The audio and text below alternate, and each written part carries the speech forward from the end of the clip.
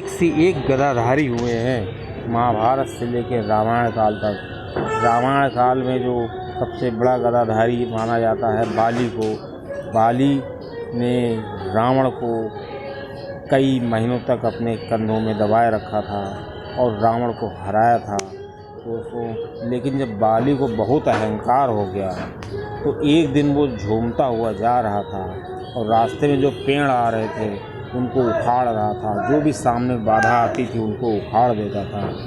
और श्री हनुमान जी बैठे हुए ध्यान कर रहे थे तो श्री हनुमान जी ने उसको देख के कहा कि आप बहुत शक्तिशाली हैं वानर राज, और आपसे इस दुनिया में कोई नहीं जीत सकता है।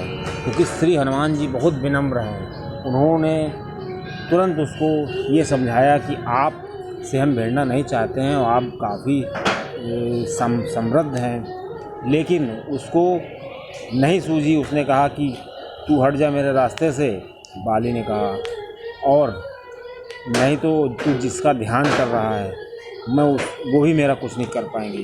दोस्तों, जब श्री हनुमान जी को लगा कि मेरे प्रभु श्री राम को कोई कुछ कह रहा है, तुरंत दोस्तों श्री हनुमान जी के रोंगटे खड़े हो गए और गुस्सा आ गया। और दोस्तों श्री हनुमान जी एकदम खड़े हो गए दोस्तों।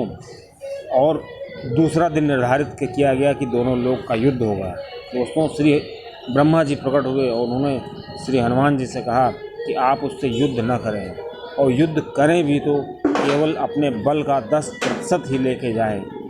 दोस्तों श्री हनुमान जी ने कहा ऐसा ही होगा। दोस्तों दूसरे दिन जब युद्ध शुरू हुआ तो श्री हनुमान जी ने ब्रह्मा जी के कहने के अनुसार केवल 10% बल ही लेकर आए थे।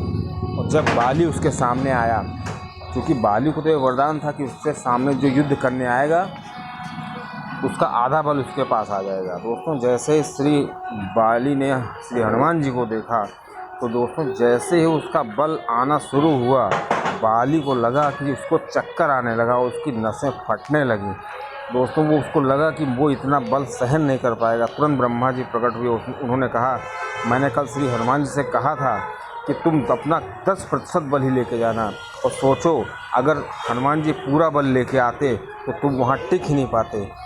और श्री ब्रह्मा जी ने समझाते हुए कहा अगर तुम अपना भला चाहते हो, तुम चाहते हो कि कुछ ज़िंदा रहें कुछ दिन और, तो तुरंत यहाँ से बहुत दूर चले जाओ। दोस्तों पहले बाली को नहीं समझ में आया, लेकिन जब उसकी नसें फटने लगीं तो उसको समझ में आया कि ज़िंदा रहने का केवल एक ही तरीका है।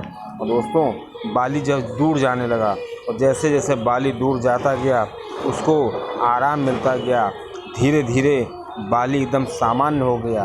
दोस्तों उस तारीख से बाली जो है श्री हनुमान जी को बहुत डरने लगा था, और श्री हनुमान जी को जो बिल्कुल वो समझ गया था कि हमसे बली कोई है। दोस्तों उसके पहले श्री हनुमान जी ने कई लोगों का घमंड तोड़ा है। अर्जुन का भी घमंड तोड़ा, बलराम जी, भीम का। दोस्तों इसी क्रम में बाली का भी क्रम तोड़ा, बाली का भी अभिमान तोड़ा। दोस्तों वैसे तो श्री हनुमान जी भक्तों की रक्षा करते हैं और बहुत ही दयालु हैं। दोस्तों आपको चैनल अच्छा लगे तो दोस्तों सब्सक्राइब